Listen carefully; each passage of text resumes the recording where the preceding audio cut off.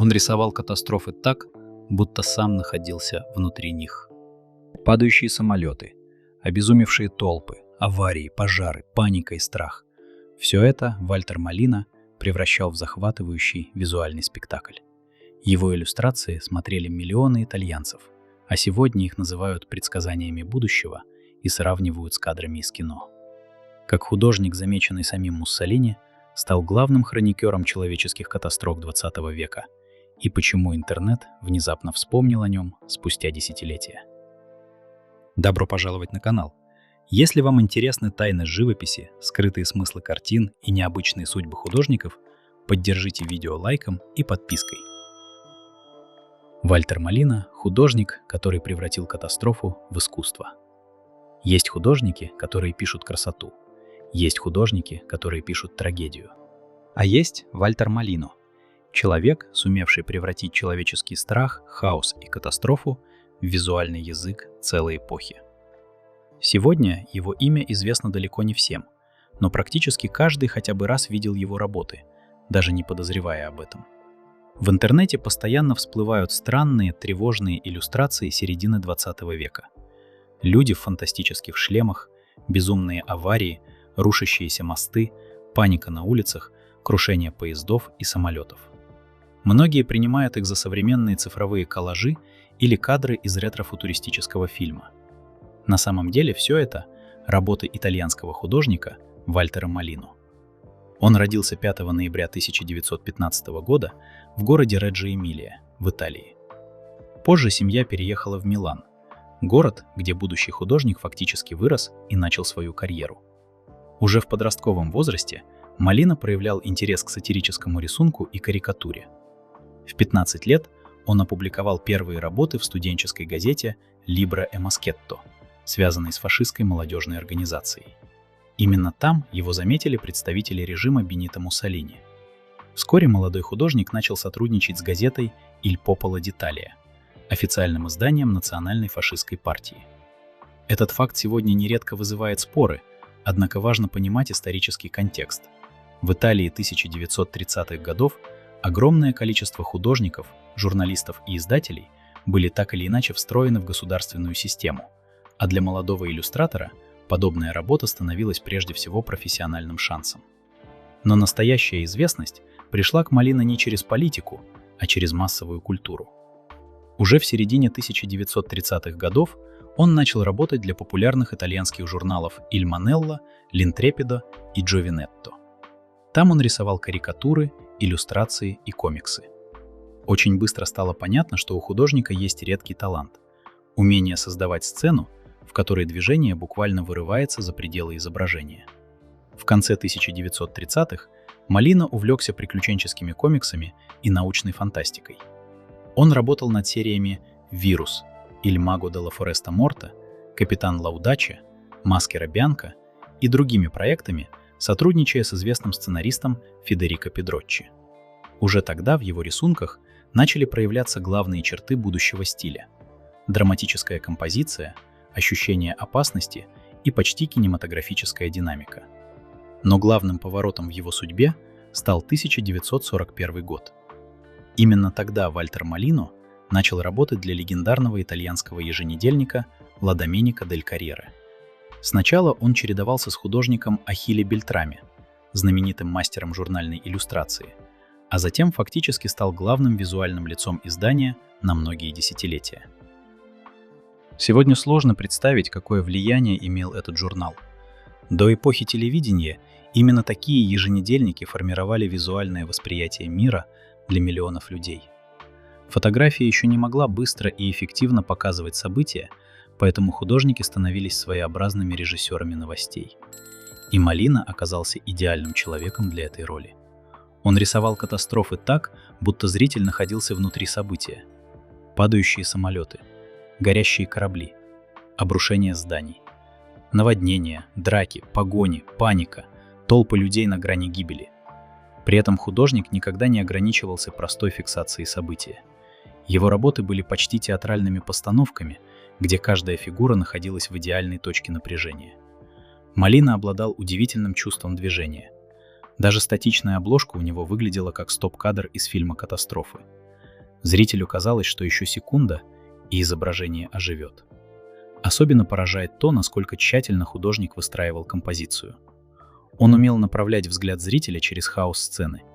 Сначала внимание цеплялось за главный источник опасности, затем за лица людей, потом за детали, усиливающие драму. При этом Молина никогда не был просто художником ужасов. В его работах чувствуется почти документальная точность. Он внимательно изучал технику, архитектуру, транспорт, военную форму, поведение людей в экстремальных ситуациях. Именно поэтому даже самые невероятные сцены выглядят правдоподобно.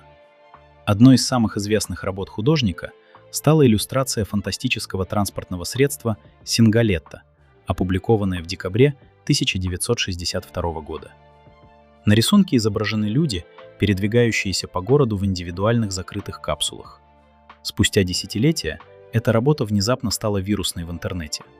Во время пандемии COVID-19 пользователи начали массово публиковать изображения как предсказание жизни в будущем и символ социального дистанцирования. Многие ошибочно подписывали рисунок как «Жизнь в 2022 году», хотя сам Молина никогда не указывал подобной даты. Этот случай неожиданно вернул художника в современную культуру. Люди вдруг обнаружили, что его работы выглядят пугающе современно. И дело было не только в футуристических сюжетах. Молина умел изображать тревогу, массовую панику и ощущение нестабильности так, что его иллюстрации до сих пор воспринимаются актуальными. При этом художник работал не только как иллюстратор новостей. Он создавал карикатуры, комиксы, книжные иллюстрации и занимался живописью. В 1950-х годах он участвовал в оформлении роскошного издания Декамерона Боккаччо, завершив серию работ, начатую художником Джино Боккасиле.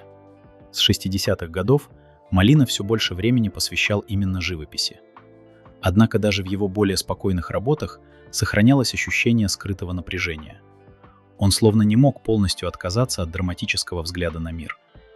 Интересно, что современники особенно ценили его способность улавливать человеческий характер.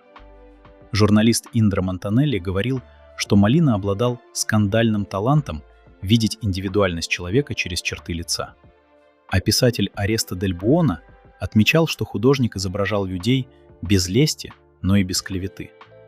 Сам Молина никогда не стремился выглядеть интеллектуалом или философом искусства.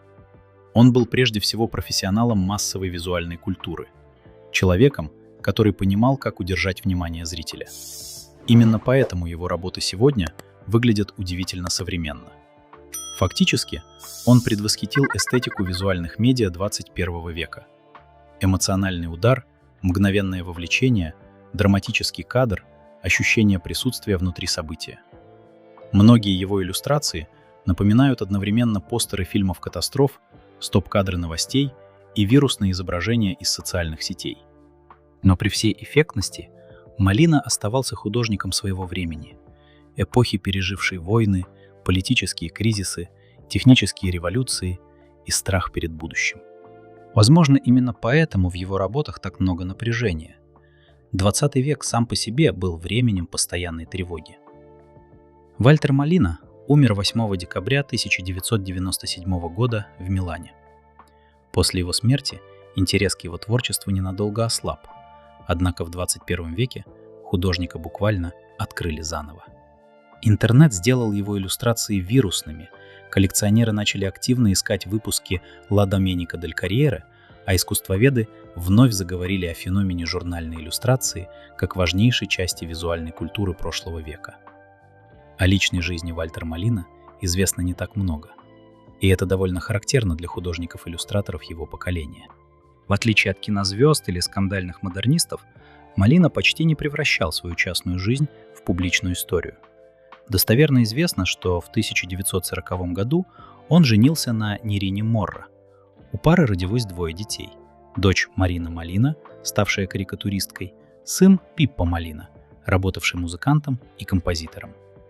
Судя по воспоминаниям современников и биографическим заметкам, Молина вел довольно спокойную и дисциплинированную жизнь, сосредоточенную прежде всего на работе. Сегодня работы Молина воспринимаются уже не просто как старые журнальные картинки. Они стали своеобразной машиной времени, окном в эпоху, когда художник мог одним изображением заставить миллионы людей почувствовать страх, тревогу, восхищение или изумление. И, возможно, именно в этом заключается главный талант Вальтера Малина. Он сумел превратить мгновение катастрофы в искусство, которое продолжает цеплять даже спустя десятилетия.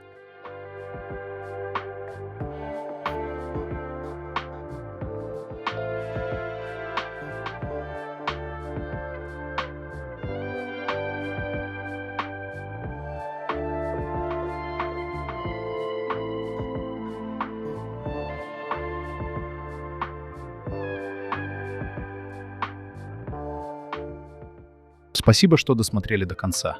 Не забудьте поставить лайк, подписаться на канал и увидимся в следующем видео.